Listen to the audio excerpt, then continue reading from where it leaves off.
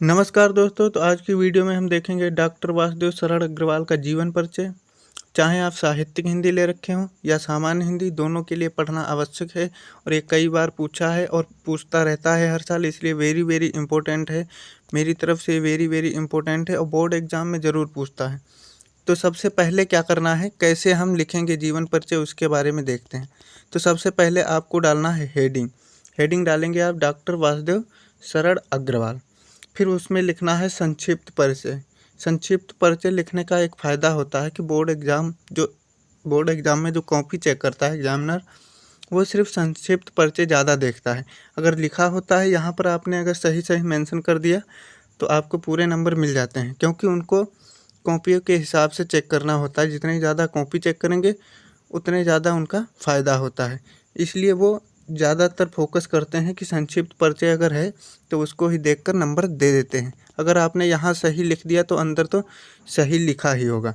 तो सबसे पहले संक्षिप्त परिचय लिखना है, हेडिंग डालना है काले पेन से संक्षिप्त परिचय। और ये जो इधर की हेडिंग्स हैं इनको भी आप काले पेन से डाल सकते हैं। सबसे पहले डालना है जन्म। जन्म इनका हुआ था सन 1904 ईस्वी में। दिनांक आपको नहीं याद है, कोई दिक्कत नहीं, बस ये सन याद रहना चाहिए। सन 1904 ईस्वी में इनका जन्म हुआ था। स्थान कहाँ था भाई? खेड़ा में हुआ था। मेरठ जिला था उत्तर प्रदेश में। उत्तर प्रदेश के मेरठ जिले के खेड़ा नामक ग्राम में हुआ था। इनके माता पिता का नाम किताब में मेंशन नहीं है, आप चाहें तो डाल सकते हैं, नहीं चाहें तो कोई दिक्कत नहीं है। किताब में नहीं था, ये मैंने अलग से इसमें ऐड किया है। लेकिन एक हेडिंग इसमें छूट गई है, आपको उसको ज़रूर डालना है। आपको इनकी रचनाएं, प्रमुख रचनाएं 2-3 यहाँ पर लिख देनी है संक्षिप्त परिचय में। इनके पिता का नाम विष्णु अग्रवाल, इनकी माता का नाम क्या था? सीता देवी अग्रवाल था। शिक्षा MA किए हैं, ठीक है, और PhD है। इनकी मृत्यु हुई थी सन 1967 ईस्वी में। मृत्यु से पहले आप रचनाएं इनकी डाल सकते हैं। प्रमुख रचनाएं डालना ज़रूरी है क्योंकि वो भी 2 नंबर के आती हैं। अब इतना डालने के बाद आप डालेंगे जीवन परिचय। पहला हेडिंग डालेंगे आप जीवन परिचय। काले पेन से आप हेडिंग डालेंगे जीवन परिचय। अब ध्यान से समझना यहाँ पर। डॉक्टर वासुदेव सरड़ अग्रवाल का जन्म सन 1904 ईस्वी में उत्तर प्रदेश के मेरठ जिले के खेड़ा नामक ग्राम में हुआ था। इनका जन्म कहाँ हुआ था?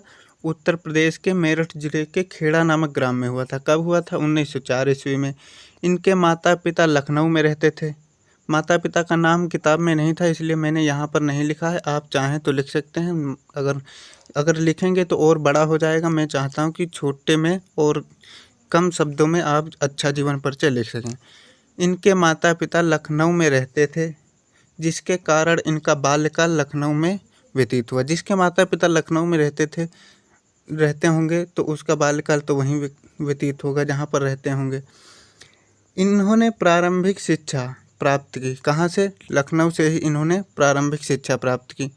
काशी विश्वविद्यालय से MA की परीक्षा उत्तीर्ण की। काशी विश्वविद्यालय से MA की परीक्षा उत्तीर्ण की। लखनऊ विश्वविद्यालय ने इन्हें पाणिनकालीन शोध प्रबंध पर PhD की उपाधि से विभूषित किया। जो लखनऊ विश्वविद्यालय था उन्होंने इन्हें पाणिनकालीन शोध प्रबंध इन्होंने एक दिया था, उस पर इन्हें PhD की उपाधि से विभूषित किया गया था। और यहीं से इन्हें DLit की उपाधि भी प्राप्त हुई थी। यहीं से इन्हें क्या मिला था? DLit की उपाधि भी मिली थी। और PhD भी कहाँ से मिली थी? लखनऊ विश्वविद्यालय से ही मिली थी। इन्होंने पाली, संस्कृत, अंग्रेजी आदि भाषाओं तथा प्राचीन भारतीय संस्कृत का गहन अध्ययन किया। और इन क्षेत्रों में इन्होंने क्या किया था भाई? पाली, संस्कृत, अंग्रेजी आदि भाषाओं का गहन अध्ययन किया और प्राचीन भारतीय संस्कृत का भी गहन अध्ययन किया। इन क्षेत्रों में उच्च कोटि के विद्वान बने। इन्होंने पाली, संस्कृत आदि भाषाओं तथा प्राचीन भारतीय संस्कृत का गहन अध्ययन किया और इन क्षेत्रों में उच्च कोटि के विद्वान बने। और इसी प्रकार हिंदी माता की सेवा करते हुए इस महान विभूति का सन 1967 ईस्वी में स्वर्गवास हो गया। थोड़ा बढ़ा चढ़ाकर लिखने में नंबर जल्दी मिलता है और अच्छे से एग्जामिनर नंबर भी दे देता है।